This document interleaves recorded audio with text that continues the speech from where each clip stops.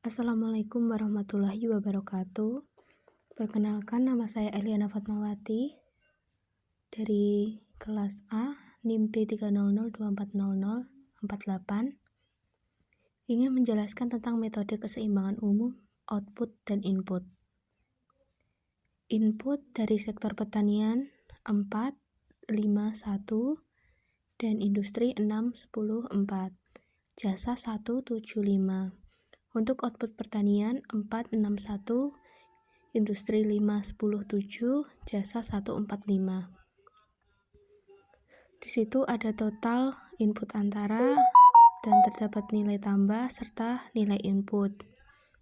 Kemudian ada total input antara, total output antara, permintaan akhir atau ekspor, dan total output.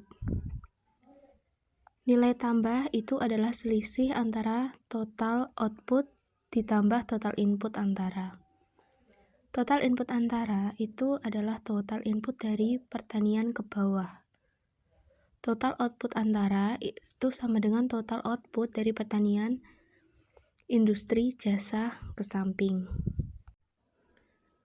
Untuk selanjutnya adalah contoh soal. Di atas merupakan suatu langkah-langkah untuk menentukan besaran output yang harus dikeluarkan. Dimulai dari mencari identitas dengan dikurangi matrik A, lalu dipangkatkan 1, lalu dikali dengan determinan. Mencari total output yang harus diproduksi untuk mencukupi suatu kebutuhan pasar. Kemudian akan ditemukan sebuah X1 sebesar 85,639, X2 min 10,969, lalu X3 12,4785. X1 itu adalah pertanian, X2 adalah dari sektor industri, dan yang terakhir X3 dari sektor jasa. Materi yang akan kita bahas selanjutnya adalah tentang programasi linear dengan menggunakan metode grafik. Dengan menggunakan metode grafik itu ada beberapa cirinya. Yang pertama, nilai A dengan tanda A lebih besar daripada 0 dengan tanda pertidaksamaannya lebih besar atau lebih besar sama dengan, maka DHP-nya berada di sebelah kanan garis. Kemudian A lebih besar daripada 0 dengan tanda pertidaksamaannya lebih kecil atau lebih kecil, maka DHP-nya di sebelah kiri. Lalu A lebih kecil daripada 0 dengan tanda pertidaksamaan lebih besar atau lebih besar sama dengan, maka DHP-nya berada di kiri. Lalu yang terakhir ada A lebih kecil dari 0 dengan tanda pertidaksamaan lebih kecil atau lebih kecil sama dengan, maka DHP-nya berada di kanan garis. Langsung kita masuk ke contohnya. Contoh soal yang nomor 4 itu nilai maksimum dari Z sama dengan min 3X plus 2Y yang memenuhi syarat 3X plus Y lebih kecil sama dengan 9, 5X plus 4Y lebih besar sama dengan 20, X lebih besar sama dengan 0. Z itu merupakan suatu variabel, sedangkan X dan Y merupakan input produksi. Langkah awal yang kita lakukan adalah mencari titik potongnya. Yang pertama, titik potong dari 3X plus Y lebih kecil sama dengan 9. Itu ditemukan 0,9 dan 3,0. Lalu yang selanjutnya adalah titik potong 5X plus 4Y sama dengan 20, ditemukan 0,5 dan 4,0. Lalu kita mencari titik yang kita cari itu dengan eliminasi, yaitu didapatkan adalah 0,9 dan 3,0, arsirnya ke kiri, 0,5 dan 4,0 arsir ke kanan. Dengan X lebih besar sama dengan 0, artinya garisnya kita arsir ke kanan. Lalu langkah selanjutnya kita mulai eliminasi, yaitu 3x plus y sama dengan 9, 5x plus 4y sama dengan 20. Kita yang 3x plus 9 kita kalikan x5, yang 5x plus 4y sama dengan 20 kita kalikan x3. Lalu terdapat jawabannya y kita temukan adalah 15/7. Lalu langkah selanjutnya, setelah ditemukan itu, kita cari x-nya.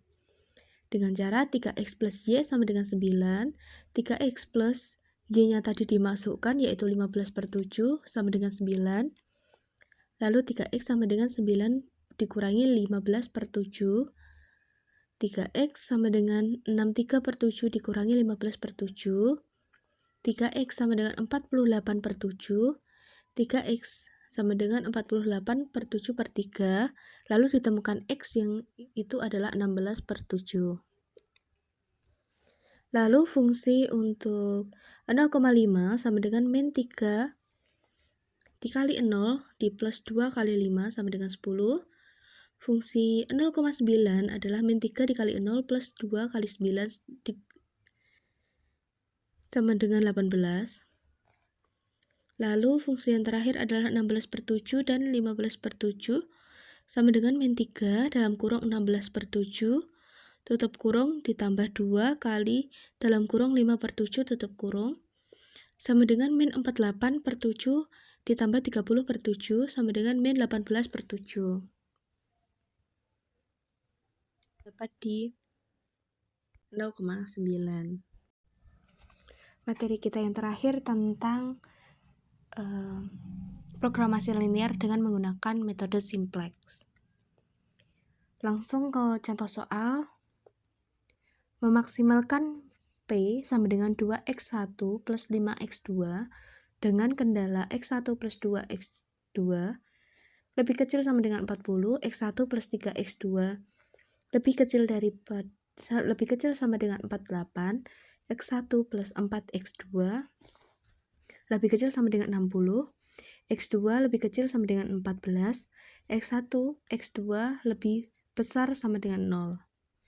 Maka pembahasan bentuk bakunya adalah P sama dengan P dikurangi 2x1 dikurangi 5x2 sama dengan 0, x1 plus 2x2 plus s1 sama dengan 40, x1 plus 3x2 plus s2 sama dengan 48, x1 plus 4x2 plus x3 sama dengan 60, x2 plus s4 sama dengan 14. Lalu kita membuat tabel dengan variasi dasarnya adalah P, S1, S2, S3, S4, P, S1, S2, S3, X2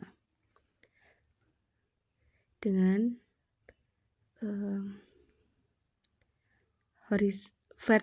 horizontalnya P, X1, X2, S1, S2, S3, S4, RHS dan rasio. Maka dapat ditemukan kuncinya di min 5 dan 14. Lalu yang selanjutnya kita mencari nilai bakunya. Nilai baku dari P, S1, S2, dan S3 itu bisa dilihat dari tabel ya.